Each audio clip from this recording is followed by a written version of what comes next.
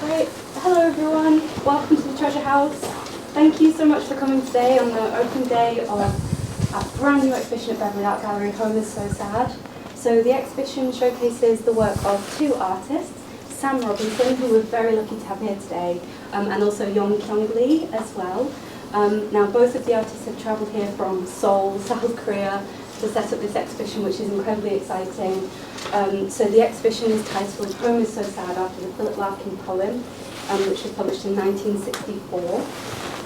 So I've followed Sam and Yeon's work for a number of years, and I saw that they'd done an exhibition influenced by Philip Larkin in Seoul in South Korea. And I just thought how fantastic it would be to invite them to show their work in the East Riding. So they produced brand new work for this exhibition, and it's very much, they've done a lot of research into East Riding's cultural history, as well as Philip Larkin as well.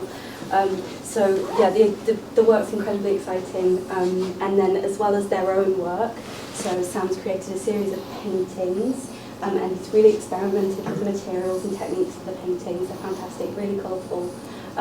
Yeonkyoung Lee has also created some installation work in the gallery as well, creating something of an abstracted domestic scene in the gallery. So it's really exciting seeing the works together, but they've also selected some works from Beverley Art Gallery's collection as well. And in addition to that, they have selected some items from the Philip Larkin Society collection. So these are Philip Larkin's belongings that the Philip Larkin Society have very kindly donated. They haven't donated, they've very kindly loaned for the exhibition, which is brilliant, and that has led to an amazing collaboration with the Philip Larkin Society. So I'm absolutely delighted that we have an additional display, as well as the main exhibition in the Red Gallery, of items from the Philip Larkin Society collection, and again the belongings of Philip Larkin. And today, as well as Sam giving a talk about his work and about what led up to this exhibition, I'm also excited to say that we have Philip Pullen here too, from the Philip Larkin Society. He's a trustee there, and he's been working with Sam on the exhibition. So Sam's going to tell you about his work and give a presentation about what led up to the exhibition, and then at the end what we'll do is we'll invite Phil to comment on Sam's work and the collaboration. We'll have a little discussion, and then we'll all head through to the gallery, and that will be an opportunity to ask Sam questions and also to ask Phil any questions for Larkin. And Graham. And Graham, of course. So Graham Chesters is here. He is the chair of the Philip Larkin Society. So he has also been working really closely with Sam as well, and Yeon. So yeah, so welcome, Sam. Thank you. I'm going to dim these down for the full cinematic experience.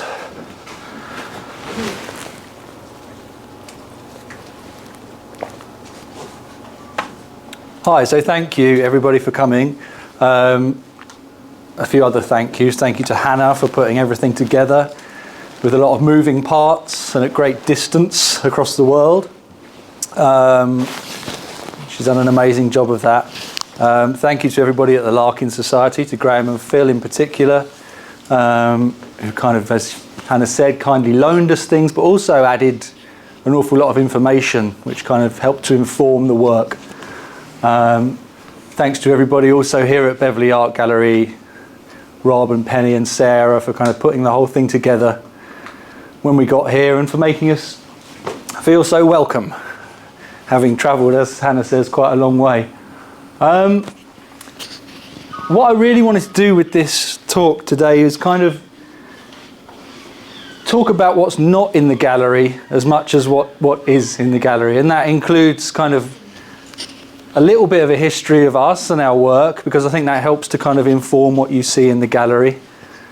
And so I'm going to talk about some past shows that we've had.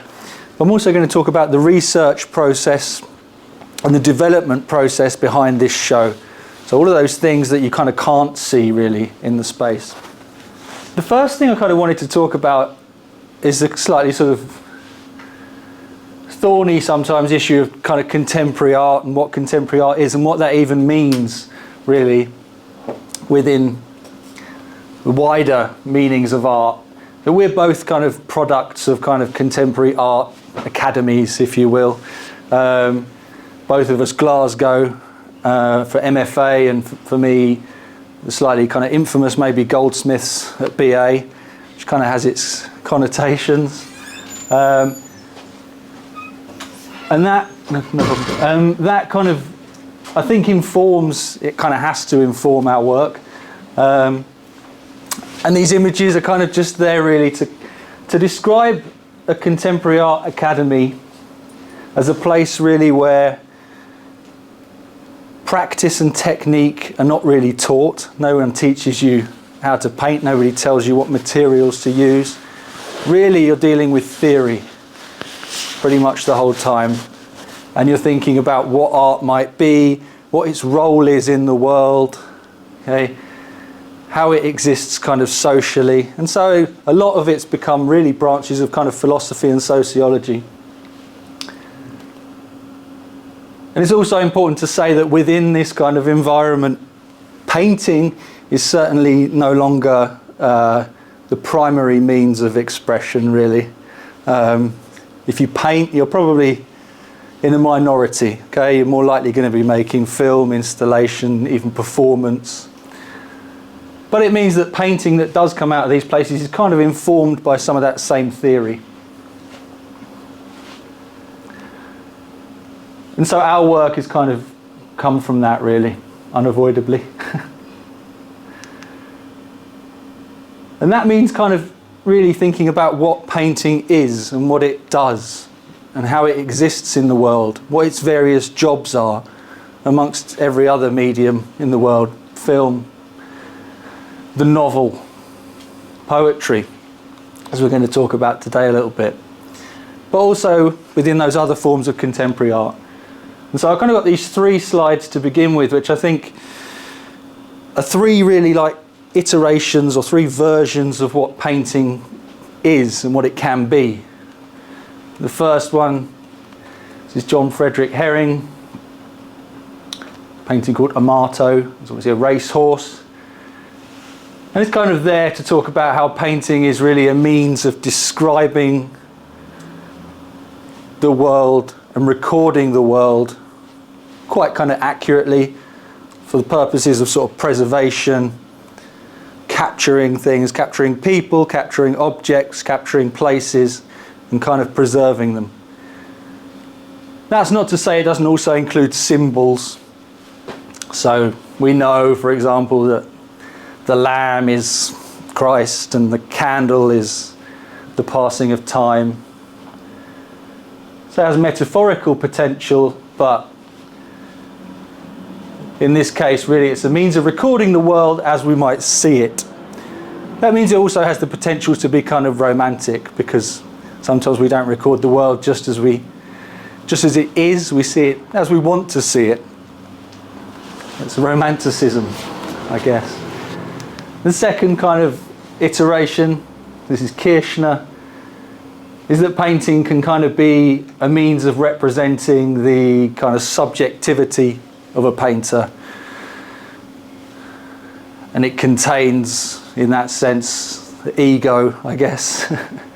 And so that's not a means of representing the world as it would appear to us, but it's a process of interpretation.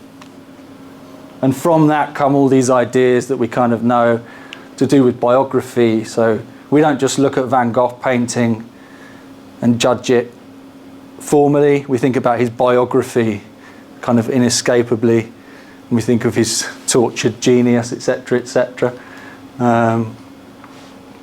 So that's a kind of quite a different version of what painting might be.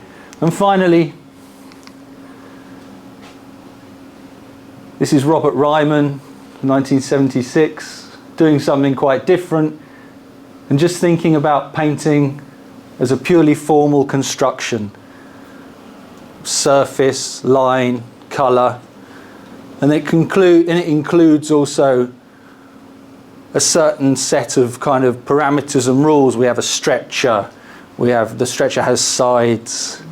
Okay, we have a support. We have canvas. All of these kind of what we might call like the grammar really of painting. And so Robert Ryman's broken it right down here. And so even these kind of fixings that screw the painting to the wall, because there's nothing else apparently really happening on the painting in narrative terms, all of these other things enter into the meaning of the work. And it's kind of our position between Yeonkyoung and I guess, and lots of other people now, is to say that really you don't have to choose between those things. It's not a kind of either-or situation. That would be a bit of a kind of false dichotomy. It's that painting is always doing all of these things at the same time. But it's kind of our position then that you can play with those. So the work in this show, I think, plays with all of these things. It kind of shows some elements of the world as we see it. It contains a lot of kind of interpretation and some of us as people. But it also plays around with the kind of formal rules of painting. So is painting just a rectangle that goes on a wall? Could it be something more than that? Could we take it somewhere further than that? So it's kind of all of those things, really. So these are a few kind of selected works from 2016 to 2022, which I think are chosen because they can tell you, I think, something about that show in there. So Yeonkyoung and I have been working together since 2016, and we don't really work together on paintings. We make paintings individually, but we always show together. I think because we feel as though our work can kind of inform each other. Between them, some meanings are built up. And it's also a kind of means of like pooling resources and kind of thinking about how a show can come together, perhaps more interestingly when there's two people involved. This is Yeonkyoung's work from a show in Glasgow in 2016. I think, as Hannah mentioned, the space in there Yeonkyoung's thinking of as a kind of abstracted domestic space. Okay, so you can see elements of furniture, banisters, tables. In this show, she was kind of thinking about an abstracted version of a pub. Okay, so, and I think that's a good way to introduce the idea that we're kind of both interested in bringing stuff into art galleries and into art in general that may not exactly belong there in some way, bringing stuff in from outside. So we might think of a pub and an art gallery as quite different places with quite different purposes. But they're kind of interesting questions to say, how could you kind of make an art pub? And I think this is kind of the answer. So these kind of forms, the kind of abstracted glasses really. And the acrylic that's in them has images of beer printed onto it. It was quite chatty, there was quite a lot of chat going on between these videos. And it's obviously quite a dark space. You see some kind of, it's kind of populated by quite a lot of noise and a little bit of music, general hubbub. These are 4 of my paintings from the same time really, working with figurative painting and thinking about how you could set up situations within paintings with figures that were quite ambiguous, and that the relationships between the people in the paintings were quite unclear, sometimes even slightly kind of sinister. But again, kind of abstracting space, bringing in space from outside. So it's kind of a painting about gardening, this is a painting about a library, it's kind of Lido painting, and this is a Dutch subway, or tram rather, I think, Dutch tram. As Hannah said, we're based in Seoul, and so I wanted to kind of give you a bit of a taste of that in a way. And so I'm going to show you slides from 3 shows that happened in Seoul over the last few years. The first of which is at this gallery called Socho, which is in the middle of Seoul. It's quite an interesting building. It kind of combines a bit of kind of 20th century modernism with a kind of traditional Korean, what we call Hanok building. And 2 people we knew took the building over and turned the whole thing into a gallery. It used to be a house. So we did a show called Cal Sadler. And the starting point for that, and I think this is quite relevant in some ways as a process of working to the show that we're doing here. I started by looking we both wanted to do something from around the time we were born, really. So I started by looking at football programmes and became kind of interested in this in particular. It's a Walsall football club, I have to add. I'm not a Walsall fan, so don't ask me any questions about Walsall. I won't be able to help you. But I'm kind of a football programme fan, I guess, and a fan of this in particular as a kind of piece of design. I think it's a really fantastic piece of design that's probably quite quickly put together. It probably has to be done on a sort of weekly basis. And so it kind of works in a really kind of, I think, instinctive way. And I think it's a really strong piece of design. But it kind of bespeaks maybe a world that's quite different from today, before football became completely global and polished. So there's a kind of hint of amateurism to it that I find more attractive, I guess, than a glossy Premier League football programme. So that's my kind of kicking off point for the exhibition. And in a similar way, Yeon was interested in this Korean Airlines video from around the same time. This is before democracy in Korea. This is kind of, its relationship with the rest of the world was not what it is today. It's kind of still quite isolationist in some ways. And this is a promotional video for Korean Airlines, which is today just called Korean Air, which is on YouTube. You can have a look at it, and it's just, let's just say it's of its time, and it kind of and it contains some sort of things that today probably you wouldn't set up in the promotional video. Some kind of stereotypes that are not necessarily particularly healthy, but are kind of interesting. So these two kind of social documents. And we made paintings, both of us, based on those two things. So these are some of my kind of football programme paintings based on that cover. And on the wall, Yeon's based on stills from that video. And this is in that gallery. You can see outside there's kind of arched windows they've chosen to have that bring in some kind of elements of quite traditional Korean architecture. And I think I was interested also in like thinking about them, presenting them almost as if they were a kind of programme fair. And there's some kind of collecting, something about collecting coming into the show. So again, kind of non-art stuff in a way. Some of the images of those. A little bit similar to this show as well, working with the same image and trying to find different ways to use it, different ways to interpret it, to kind of mess with it, and having different relationships with it. Sometimes being quite faithful to it, and sometimes being kind of obnoxious really about it, and kind of a bit more dismissive. I think it's something that probably I've done here with the photograph. Some more images there. And so Yeonkyoung, as you can see, existing on this kind of Hessian shelf, these bits of string. She's really interested in finding kind of new ways to make painting part of a room and to use painting in different ways rather than just putting it on a wall.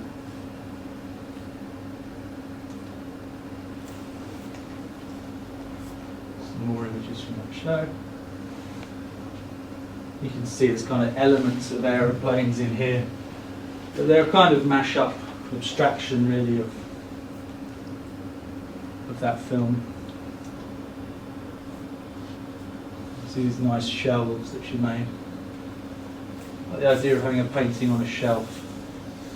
Something about them being slightly kind of airborne in a way as well. It's kind of relevant. They're kind of not anchored to the wall in the same way as they might normally be. And the show also included these stamps. There are some more stamps in this show actually.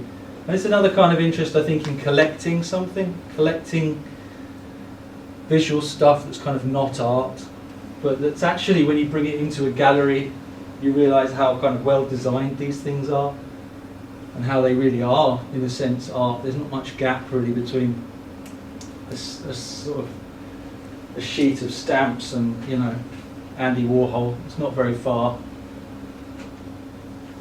And these are 3 watercolours that were also in that same show that I made. which kind of, I guess, look at the slightly darker side of that earlier version of football, in that they kind of talk about football violence. Quite like the idea of making watercolours something, watercolour as quite a kind of gentle medium of football violence. There's a kind of irony involved in that. But also I just think as a social phenomenon, it may not be a positive one, but I think there's something certainly kind of interesting about it. Why it happens or happened. So these are kind of in the terraces, and this is quite a famous Leeds and Arsenal on the pitch.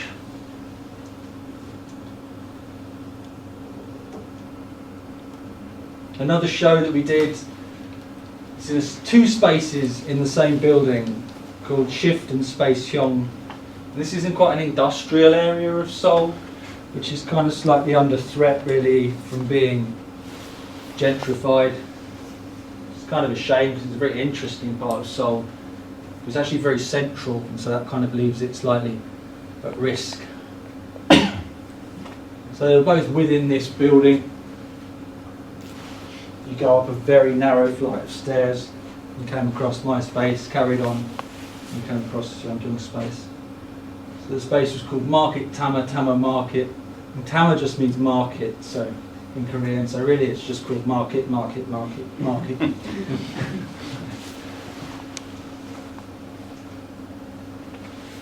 And for this one, again bringing something in from outside, Yeonkyoung was really interested in billiards. Those buildings in that area, billiards is really big in Korea. One of those things. And so there's a lot of billiards clubs. They're slightly closing down now because it's more popular maybe with older people. And she kind of became interested in cue sports in general and researching them and thinking about different, how it appears maybe in popular culture or in culture generally. So you can see the top three: Bush Senior on the left, Barbara Bush also having a go, and their son on the right there doing his thing. And I guess this tells us something about it being a kind of means of communicating your kind of, I don't know, down to earth, blue collar kind of. They play pool too, they play billiards. It's quite a different way. She's a famous Japanese billiards player. He's like, by all accounts, if you know about billiards, one of the best billiards players ever to play the game. She's called Katsi. And Babe Ruth, doing a different sport, and the Queen Mother. I, on the other hand, became kind of interested in this is a bit sort of all over the place, this show, but that's sometimes how it goes. I became interested in fruit and veg displays within supermarkets, and particularly these kind of, this is in Whole Foods, as if you know Whole Foods. They started appearing in Seoul, in fact, and they're kind of, I think, slightly, a bit like Pizza Express used to be, maybe a sign of like an area changing. It's got to Whole Foods now, people might say. And then they have these quite sort of ostentatious displays of fruit and vegetable that, like, I don't know how you're supposed to really use it as a shopper. When you pull this one out, it seems like a bad idea. But it's sort of like this plenty, isn't it? This is bounty, like endless bounty. Yeah, so, oops, clickers a bit. So this is Yeonkyoung space that became kind of, this billiards club and these paintings that sort of sit on the wall like little billiards tables. And they have these compositions that quite often involve balls. And she was thinking about how like a billiards table really, as the game goes on, it kind of is a composition really. Things get moved, colours get moved, shapes get moved, there are cues involved. And there's something similar about painting really. It's just a way of kind of moving colour around and trying things out. And also maybe painting is kind of like a game. There's a kind of game element to it.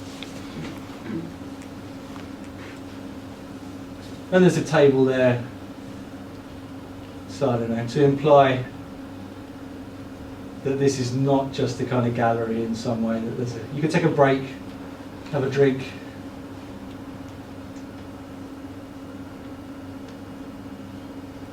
I think it's a really successful show that kind of just hints quite well at like its theme, but manages to also be interesting just as art, really.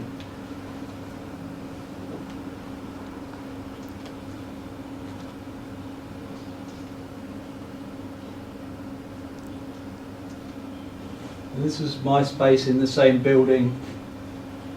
And so these drawings, you can't see them terribly well. They're just black and white drawings of the fruit and vegetables without any colour, and the only colour kind of exists on the frame. So all of that kind of colourful fruit and veg is kind of gone and moved itself round to the sides. So that the frames almost become more interesting than the paintings or the drawings. I was thinking about that, you know. You can see it when you go through the first gallery, the red gallery here, you know, that there's a tradition there of painting being framed much more kind of, I guess, ostentatiously, or at least certainly more decoratively than it is today. Like today, people don't frame paintings like that. But I kind of like the idea of bringing frames back in and kind of playing around with them. So there's this kind of quite cold space, which looks kind of like a walk-in fridge, which seems to make sense with the fruit and vegetables. There's some bananas. And they're very quickly drawn, which I think you probably see from the paintings. They involve a lot of drawing. They're very quickly made.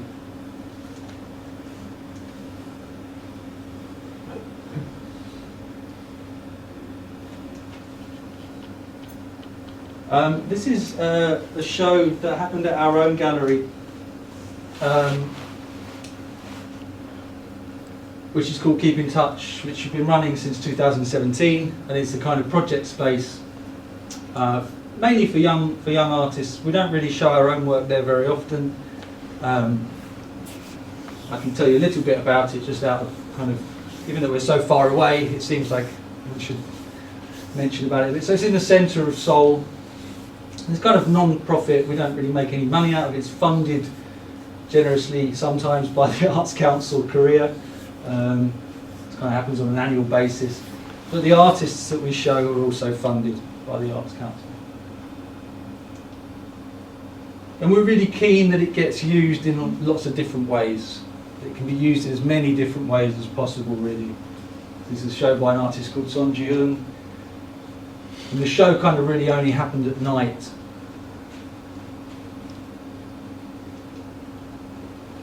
And we have a strong interest in painting, and that kind of plays out quite often.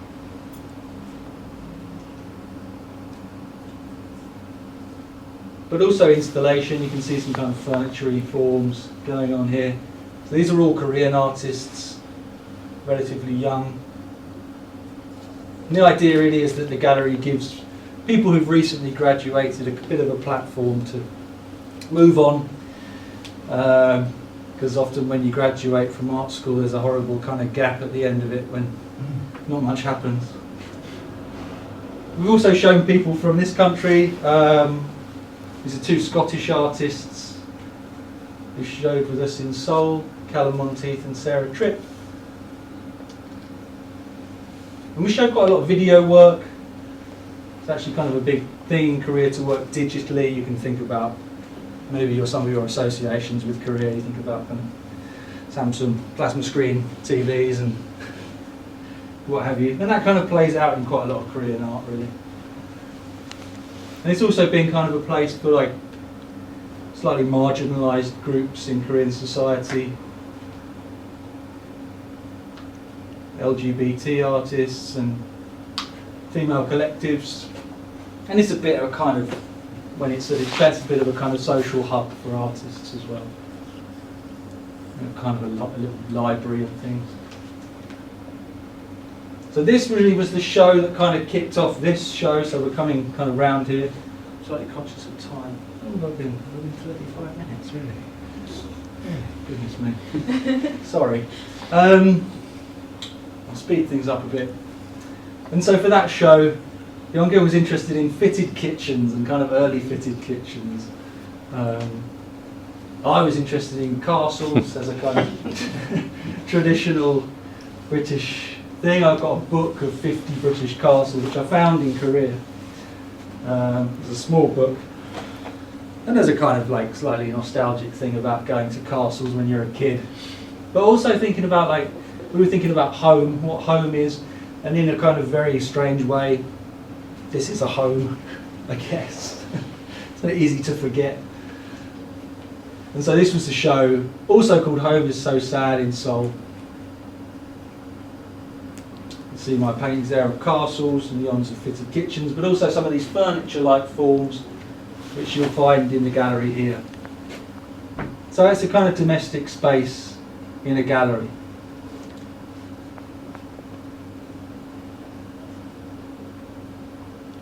Some Larkin books actually on the top shelf. Or What Jazz, I think, is that? And a kind of bench form. We were thinking about those like stately homes you go to where they have a chair, where they put something on it because they don't want you to sit on the chair. We thought the best thing would be a dart, but you wouldn't want to sit in a chair with a dart on it. So we put darts on there. And there's something about like whether galleries are really welcoming places or not, and kind of playing around with that idea. Sometimes they can feel a bit kind of cold and aloof. There's the darts. Some of Yeonkyoung's work from the show, paintings, thinking about kind of lino, she was thinking about. The era of lino. And those are photographs taken of people in their new fitted kitchens from the 50s and probably more from the 60s. And those are the castles, which I think kind of carry on.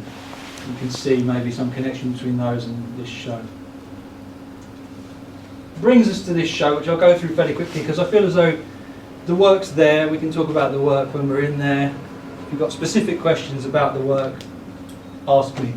To say something about the research process, really, I wanted to think about making that show that we had in Seoul slightly more Larkin specific, coming here as we were. And so research was into where he'd lived. And I started looking at, as you might, like the kind of more obvious blue plaque addresses in Hull, which I'm sure you're all sort of familiar with. And kind of quite quickly felt like that blue plaque sort of tells you something, that there's something maybe too obvious about that. And I don't really know this area, or I'll confess that. I'm kind of, a newcomer. And so I was interested in that period when Larkin was a newcomer. It's kind of easy to forget to an extent now, as associated as he is with this place, that he's not from here. And so I kind of became interested in 1955 and his arrival here, and the 4 lodgings that he took around Cottingham. Very briefly, really. So it came in 55. By 56, he'd kind of moved on. So those are those kind of, the blue plaque kind of famous addresses. Wonderful as they are and interesting as they are. I kind of went down this kind of rabbit hole of trying to find these places, and I'm 5,500 miles away at this stage, so I'm not going to be able to walk around the streets. So Google Street View becomes this quite strange way of exploring an area. That's what I did, and found these addresses. I was interested in how they'd changed, and actually not much is the answer, apart from the addition of satellite dishes and slightly more manicured lawn. One place I came across that was kind of the end, really, of my research, as represented by that grey panel, was 200's Hallgate in Cottingham, where he lodged, which is no longer there. It's gone. It was replaced in the early 60s, demolished and this block called Wilburn Court was built there. And that kind of seemed like, yeah, you kind of reached the end of research there somehow, or almost reached the end of the internet in a way. But I did find in my research then a photograph taken from that new block of flats, which I slightly sort of, I guess, fell in love with in a peculiar way. It's quite bleak in lots of ways, but I think it's a really strong photograph. It's a really good piece of composition. Actually, I later found out that this was taken by a letting agent from from a window in there. So they were trying to sell an apartment within the new block. But I felt as though there was something quite Larkin-esque about it in the end, really. And so it seemed to join up quite a few themes. And so I painted from that painting every day for 6 months and made hundreds of paintings, some of which are in that space. And it was really a process of like dealing with the same image every day but trying to find something completely different to do with it every day, or coming to it with a different attitude. And the paintings were all made to give you some sort of bit of behind the scenes information. Paintings were all made kind of on their side. So the canvas is turned, the image is also turned, and I'm kind of working like that.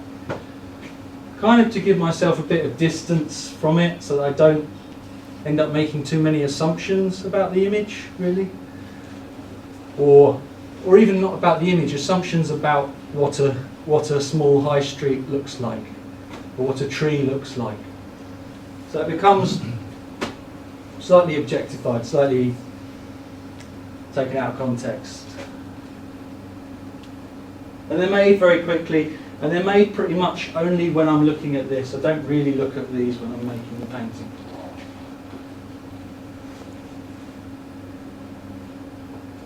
And quite a lot of them, as you'll see, made on this corrugated card. This is another way of kind of breaking up the image, but I think also giving yourself a bit of a surprise somehow. It's like anything that we do a lot, whether it's writing or whatever, we have habits and we repeat phrases and we can get a bit bored of ourselves.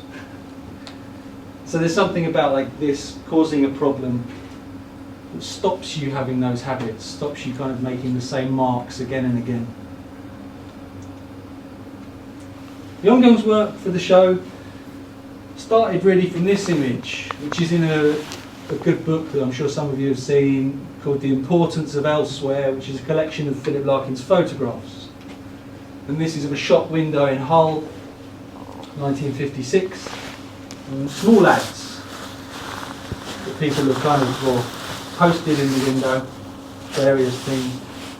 Plenty of summer cotton top skirts, cheap. Lovely wedding dress for sale. Bust 32. 60 foot of hose rubber. Pipe with nozzle.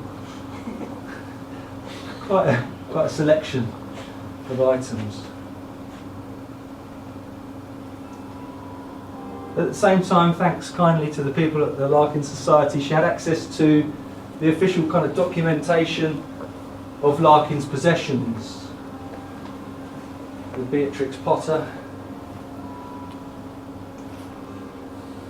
But also lots of quite kind of intimate, in a sense, items. A hat there, on a sideboard. Slippers, razor blade, toad, and some crockery. And it's a bit like, I think, with my relationship to those blue placard dresses. There's a little, in terms of trying to make art out of it, it's a little bit too close to Larkin in some ways, too biographical. And so you have to do a bit more digging, I think, as an artist to find something slightly new to work with, in a way. So they were really important in thinking about objects.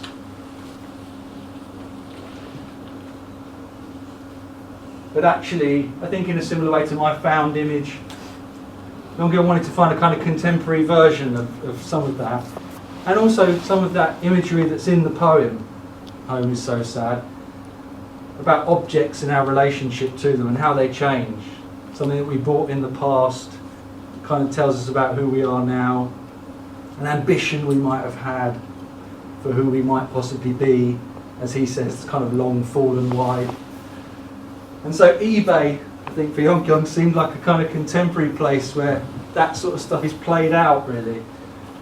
Things that were bought maybe for people, or that they bought themselves, thinking, yes, I'll use that, and it'll sort of potentially slightly change my life, and I'll be someone slightly different if I buy that thing. And then we kind of realise, no, actually, I don't really need that thing, I'm going to sell it on. And so there's a kind of slight sadness in that. I think that's what Larkin's slightly describing in the poem. But she's also interested in how these things really, they're not taken with the intention of being art, but they are compositions, and we can think of them as still lives, really. So in a similar way, like my work may be related to landscape painting, I think Yeon's working somehow within a tradition of still life. Well, she's interested in these kind of quick compositions people make.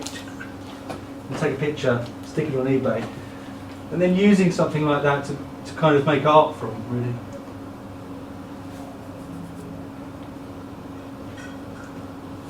And cups and bells became kind of a recurring theme. Sort of opposites of each other in a way. She was interested in that idea. And you'll see the work, you can see it here, this is Yeonkyoung in the studio. It involves printing those images from eBay and collaging them with elements of her old paintings. Okay, so paintings that she's made in the past, cut up and sewn onto the ground, really.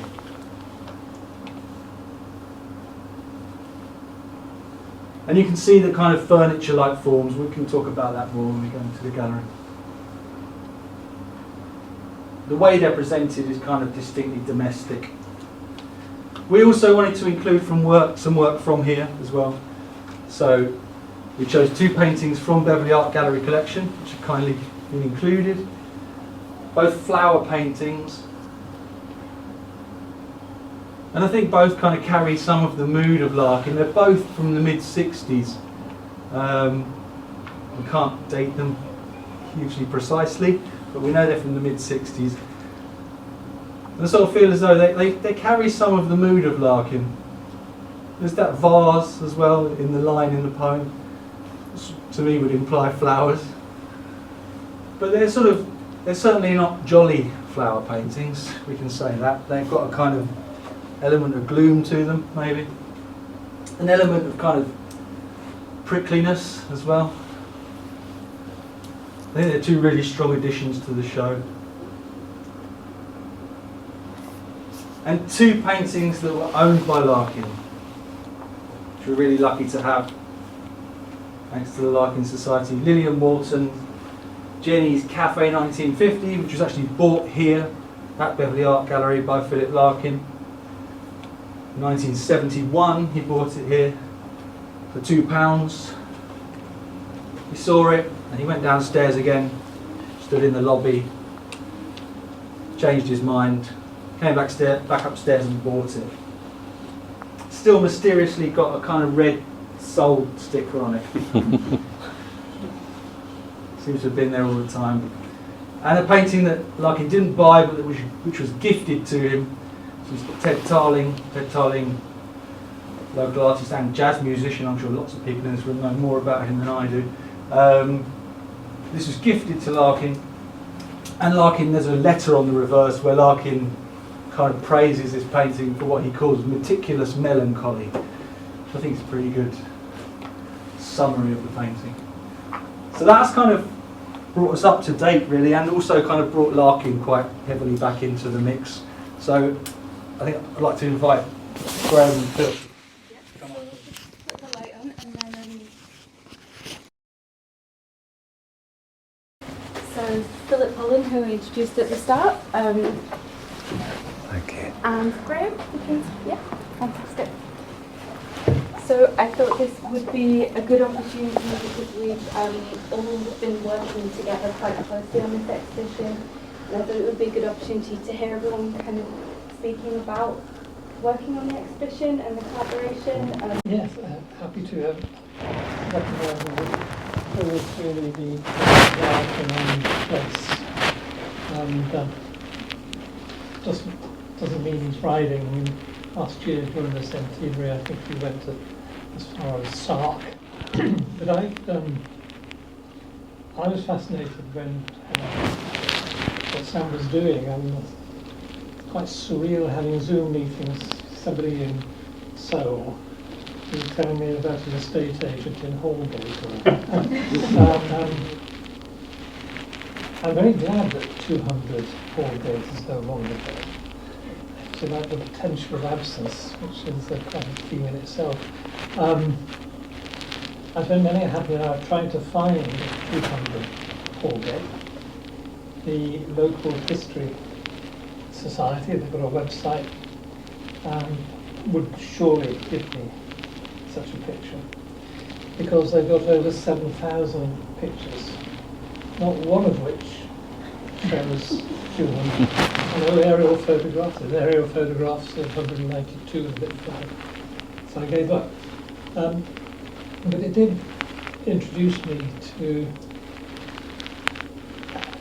the idea of looking at places and as inside and out, and of all the what we call in the trade Larkinalia, a bit like Bacchinalia, that's about it, and paraphernalia. He chose this picture by Ted Tarling and asked me about it. And I didn't know Ted Tarling. He's been dead for some time now, but a couple of people who were here this morning knew him very well. That was the daughters of Jean Hartley. If you look around, you'll see Jean Hartley and her husband published Larkin's breakthrough volume, something referred to like that, The Less Deceived, in 1955. And they published it out of a little terrace house in Hesel, which has now got its own flat. An extraordinary couple. They were, I think, 20, 21, and yet they were in correspondence with Auden, Frederick, Kingston, R.S. Thomas, Henry Moore. So you see their little magazines in some of the display. Jean's daughters were here this morning, and they knew Ted Tarling, came to their house almost every week. And I didn't know about that. I didn't really know about this painting, Bowlby's Row. And I joined the Sutton and District Local History Society and posted this picture and said, does anyone know where this is? But on the back, there's a letter from which says it was Stone Ferry. I posted it, and as always in these local history Facebooks, it sets off a whole stream of I think it's where, or my granddad used to live around the corner. And it's this insight of, in your case, I think buildings and townscapes and architecture, and how it made me think about Larkin's poetry and how much that contains in terms of the visuals. It still lives, is interested in beer drinking interiors, is interested in the city. And so I've been on my own journey, thanks to Sam, along in the way, sending little discoveries. And they have a kind of fetishistic power, don't they?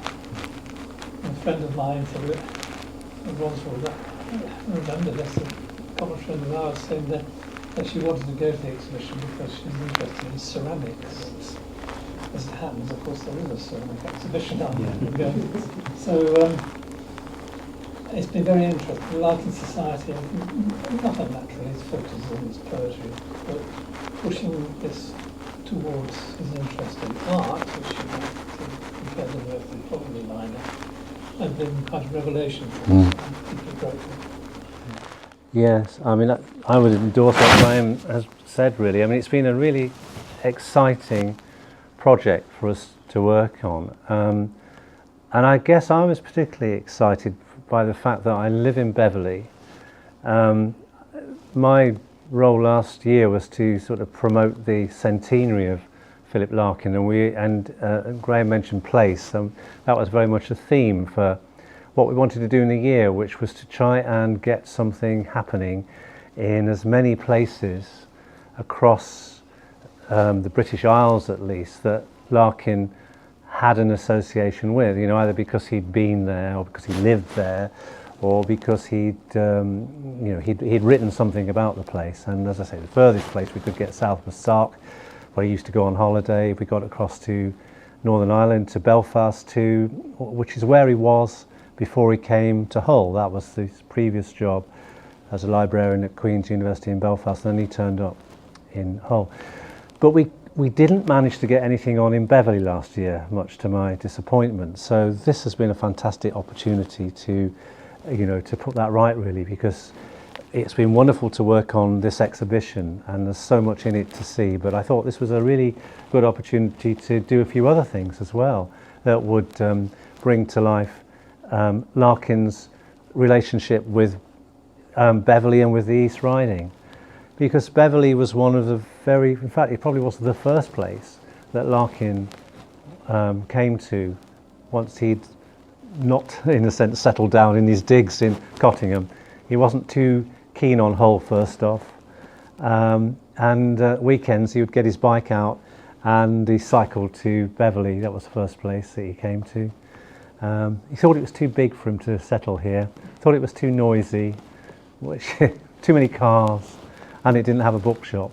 So all of those things put him off, but it didn't put him off enough not to come back on many, many occasions and have lunch or dinner at the Beverley Arms and so on. And I suppose I've always had quite an affinity with the objects in Larkin's life, because one of the things we're really lucky with, I think, in terms of Philip Larkin is that I guess because he was a librarian as much as anything, he made sure that archives were an important thing for the university to hold on to. And his own archive is not in the university anymore, it's in the Hull History Centre, which is jointly managed by the university. And it's a massive, massive archive of photographs and letters and objects, things which Larkin owned, and which many of those the Larkin Society bought when Larkin's long-term lover Monica Jones died in 2001. She'd lived many years after Larkin. Actually, he died in 1985, and we acquired those objects, and they've basically stayed much of the time in the History Centre. You know, you don't get to see them on a day-to-day basis. They've been out for other exhibitions. They came out in 2017 for an exhibition at the university. Actually, not all the ones that we've got now did, so these are other ones, but it's fantastic to see them in a kind of living context, I suppose. That vase we will mention because we love that vase, but there are so many other objects which are everyday things which tell a story. And I suppose for me the most exciting aspect of the whole thing leading up to this was taking Jenny's Cafe, picking it up from the History Centre in Hull and transporting it over here to the Treasure House, because it felt to me like it was coming home. You know, that's where Larkin bought it, and you know, it really is quite a powerful thing to think about this object, which obviously meant something to Larkin because he kept it all his life, and now it had a new life to it in a sense, and that whole thing about what objects mean and how that meaning transfers to other things, means different things when you leave the place they were in or you leave them behind. I think it's a great way not only of telling Larkin's life, but also of reflecting, you know, the things artistically that meant something to him. His poetry is very much kind of based on the everyday, really. So, you know, that Home is So Sad as a poem ends on that end line, just two words, that vase. Somehow it captures the sadness of, you know, things being disposed and leaving a house. And I think one of the things that Graham has particularly been interested in, and I'm interested in too, is it's just where art lived in Larkin's interest, you know, and the fact that he bought these paintings, and they were of a kind as well. And to bring all that together is fantastic. So yeah, we're really pleased to be working on this.